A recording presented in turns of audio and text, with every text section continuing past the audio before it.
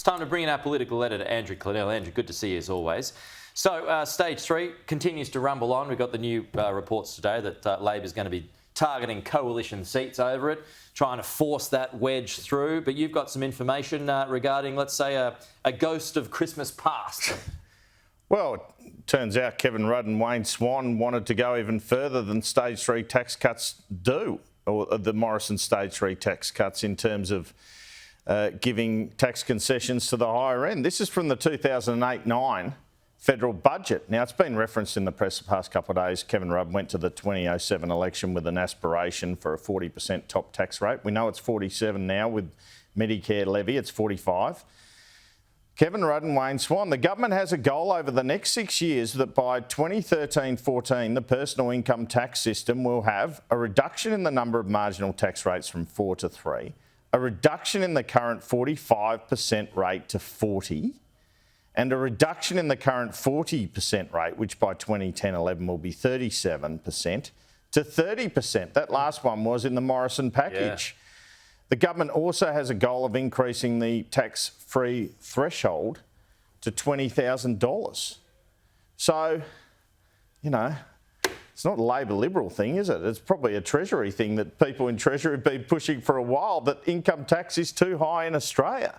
Now, Jim Chalmers, I think if you asked him about it now, he'd say a lot's happened in 15 years, but he worked for Wayne Swan. Anthony Albanese was a minister in that government, and that government wanted to go even further than stage 3. I seem to recall Paul Keating also getting behind 40% as a top tax rate. Anything above that was, you know, anti-aspirational. That's right. And look, I mean, people in politics do change their minds, as we know. Paul Keating advocated in the early 80s for a GST, then won the unwinnable election in 93 against John Hewson's GST.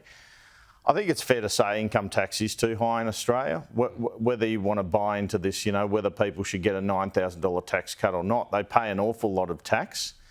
The easiest way to solve this is to go down the route of other countries and raise the GST. The way John Howard set it up, and then reduce income tax. The way John Howard set it up, that requires the agreement of all states. Yeah. It would require an election mandate. They've only got a majority of 3, really, in terms of the rest of the parliament, this government, so they'd never go that way. But that's real tax reform, not what's occurring at the moment. I mean, we do have one of the most progressive tax systems in the world.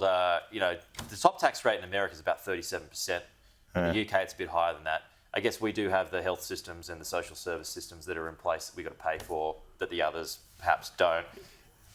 There's no way 45 comes down to 40 in any future, does it? No, but, you know, unless you do something about the GST. I mean, living in England, the VAT was 17.5.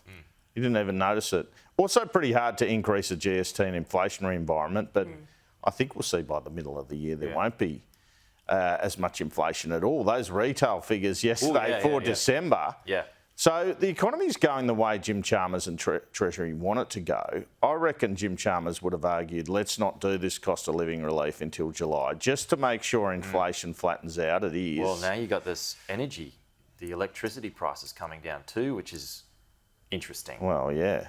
I mean, who would have called that? I mean, petrol's back up, I notice. But so I think it's telling they're leaving most of the stuff, perhaps to the cost detriment of winning Dunkley, apart from announcing they're doing this in July, to the May budget, where they could probably do more now. Just on stage 3, Susan Lee, just on a short time ago, moving away from what they're going to do. We're going to see the data, fair enough. But do you see ultimately them coming around and trying to push an amendment through, but ultimately supporting the Labor's tax makes sense, and then say we'll come up with our own package at the election, which will remove some of these, or make sure some of these tax rates are decreased. Yeah, that'll be the battle at the election. It makes sense. You can't stand in the way ahead of a by-election of a $16 a week tax cut for low to middle income workers. I mean, a bit, if they do, it just blunts the Labor attack, doesn't it? Particularly if they're hitting those coalition seats. Yeah, I mean, in the next few days. Yeah, absolutely. Yeah. Good to see you. Anything else? You got any other scoops cooking? We'll see. Always. Yeah, exactly. Andrew Clennell, appreciate it.